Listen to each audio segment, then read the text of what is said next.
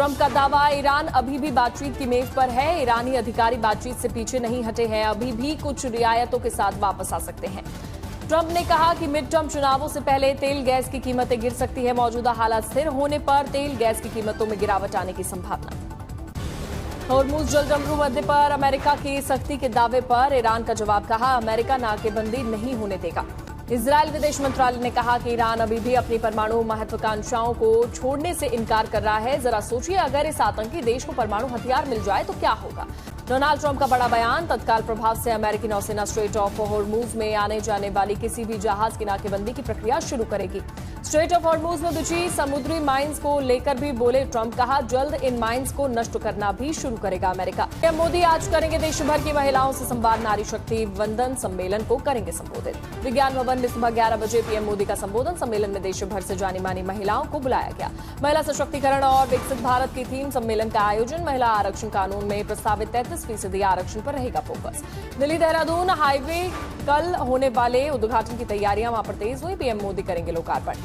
उद्घाटन से पहले हाईवे पर जगह जगह सजावट, रंग रोगन करके चमकाया गया एक्सप्रेसवे, लगाए गए गुलदस्ते।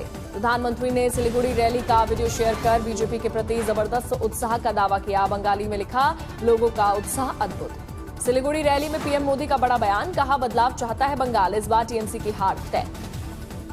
पीएम मोदी का ममता सरकार पर वार, कहा टीएमसी ने 15 साल में तुष्टीकरण के लिए वोट बैंक को खुश किया, दीदी को देना होगा हिस्सा। पूर्वी वर्धमान में खरगोश में रैली के दौरान सीएम ममता बनर्जी का पीएम मोदी के बयान पर पलटवार, बोली एसआईआर है सबसे बड़ा स्कैम। ममता बनर्जी का बीजेपी पर बड़ा आरोप, कहा बीजेपी ने बंगाल में टीएमसी सरकार को सत्ता से हटाने के लिए की है 1000 करोड़ रुपए की डील। सीएम योगी ने ममता सरकार पर बोला हमला, कहा आज बंगाल में जैसी अराजकता वैसी ही हालात 2017 से पहले यूपी में थे। जनसभा में गरजे सीएम योगी आदित्यनाथ, टीएमसी पर तुष्टीकरण की राजनीति, घुसपैठ और डेमोग्राफी बदलाव को लेकर लगाए गंभीर आरोप। तमिलनाडु के कन्याकुमारी में टीवी के नेता विजय का मेगा रोड शो। चुनावी प्रचार के तहत भ्रष्टाचार मुक्त शासन का किया ऐलान। टीवी के नेता विजय ने तमिलनाडु नागरिक विशेषाधिकार कार्ड किया पेश। वेटरी ट्यूनियन सुपर ऐप के जरिए एआई की मदद से सरकारी सेवाओं को पारदर्शी बनाने का किया वादा, कहा सेवा अधिकार कानून किया जाएगा लागू। सीएम स्टालिन का शिक्षा मंत्री धर्मेंद्र प्रधान पर एनईपी के तहत शिक्षा के भगवाकरण का आरोप, बोले चाहे 10,000 करोड़ रुपए भी दें, तमिलनाडु में हिंदी थोपने की नहीं देंगे अनुमति। देश भर में बारिश के बाद मौसम ने फिर से ली करवट, तेजी से बढ़ने लगी गर्मी। मध्य और दक्षिण भारत में तापमान 45 डिग्री तक पहुंचने का अनुमान। पश्चिमी विक्षोभ के कमजोर होने के चलते साफ हुआ आसमान। कई राज्यों में कई जगह पर मौसम विभाग ने जताया है लू का खतरा। पूर्वोत्तर में अभी भी भारी बारिश की संभावना। राजधानी दिल्ली में दिखने लगा गर्मी का असर। 15 अप्रैल तक तापमान के 40 डिग्री के करीब जाने का अनुमान। मौसम विभाग ने लोगों और किसानों को सतर्क रहने की सलाह दी। फसलों का मौसम के हिसाब से रखे ध्यान। अपनी बेटी की लाश को 4 महीने तक घर के अंदर बंद रखा, बदबू छिपाने के लिए परफ्यूम का इस्तेमाल किया। बिजनौर में नाबालिग लड़की ने अपने प्रेमी के साथ भागने से पहले अपने परिवार को नशीला पदार्थ खिलाया, बाद में बॉयफ्रेंड और उसके दोस्तों ने किया रेप। गाजियाबाद में एक कार के नीचे 4 साल की बच्ची की मिली लाश, बच्ची के चाचा पर लगा हत्या का आरोप। सहारनपुर में एक्सप्रेसवे के एलिवेटेड हिस्से पर उद्घाटन से कुछ ही दिन पहले कई गाड़ियां आपस में जाकर टकरा गई, ब्रेक फेल होने का संदेह। हरिद्वार में सप्तऋषि क्षेत्र में गंगा नदी में फंसे 21 श्रद्धालुओं को पानी का स्तर अचानक से बढ़ जाने के बाद सुरक्षित बचा लिया गया। इंदौर में भक्त प्रहलाद नगर में एक ईवी मर्सिडीज में आग लग गई और 2 दूसरी गाड़ियां भी जलकर राख हो गई।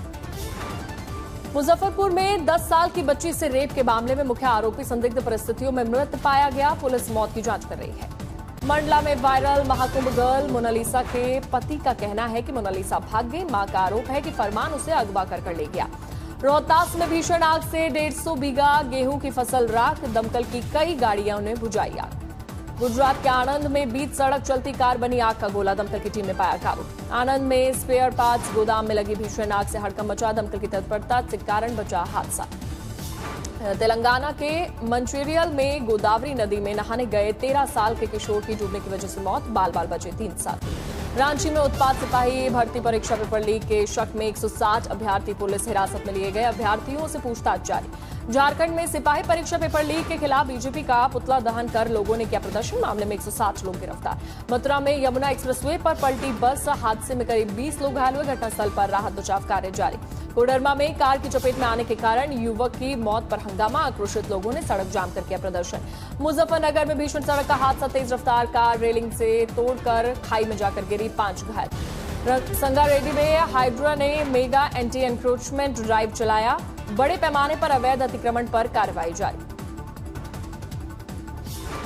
कनूर में बीडीएस छात्र ने की आत्महत्या। परिवार ने शिक्षकों पर जाति और रंग के आधार पर उत्पीड़न करने का आरोप लगाया। 61 साल बाद मेन सिंगल्स फाइनल्स में पहुंचने वाले भारतीय खिलाड़ी आयुष का फाइनल तक का सफर रहा दमदार और संघर्षपूर्ण। जम्मू कश्मीर के पुंछ में बैसाखी पर निकला भव्य नगर कीर्तन। धूमधाम से मनाया गया खालसा पंथ का 327वां स्थापना दिवस।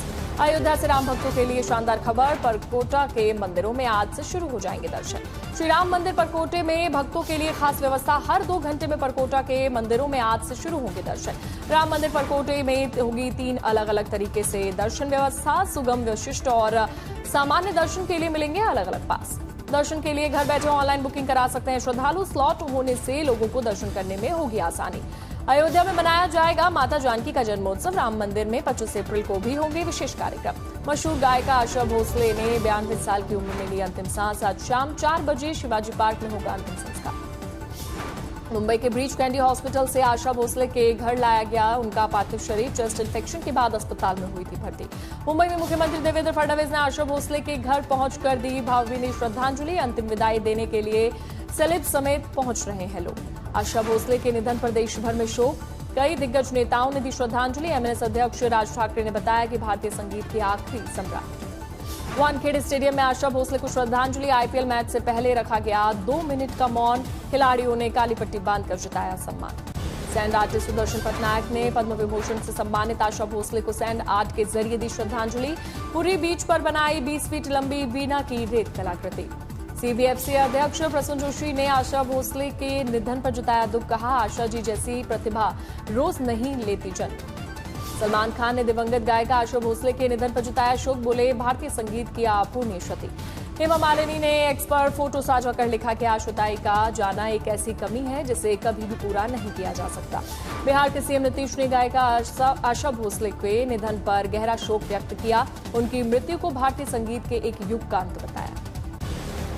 आईपीएल 2026 का आज खेला जाएगा 21वां मुकाबला। सनराइजर्स हैदराबाद और राजस्थान रॉयल्स के बीच होगा मैच। हैदराबाद के राजीव गांधी इंटरनेशनल स्टेडियम में होगा मैच। शाम 7:30 से शुरू हो जाएगा मुकाबला। राजस्थान रॉयल्स अपनी जीत की लय को रखना चाहेंगे बरकरार। हैदराबाद को अपनी दूसरी जीत का इंतजार। बल्लेबाजी के मामले में दोनों टीमों के पास विस्फोटक बल्लेबाज। एक तरफ वैभव सूर्यवंशी तो दूसरी ओर से अभिषेक शर्मा देंगे गेंदबाजों को चुनौती। हैदराबाद और राजस्थान के बीच अब तक खेले गए 21 मैच। 12 बार सनराइजर्स हैदराबाद विनर रही तो 9 मैचों में राजस्थान रॉयल्स की टीम ने हासिल की जीत।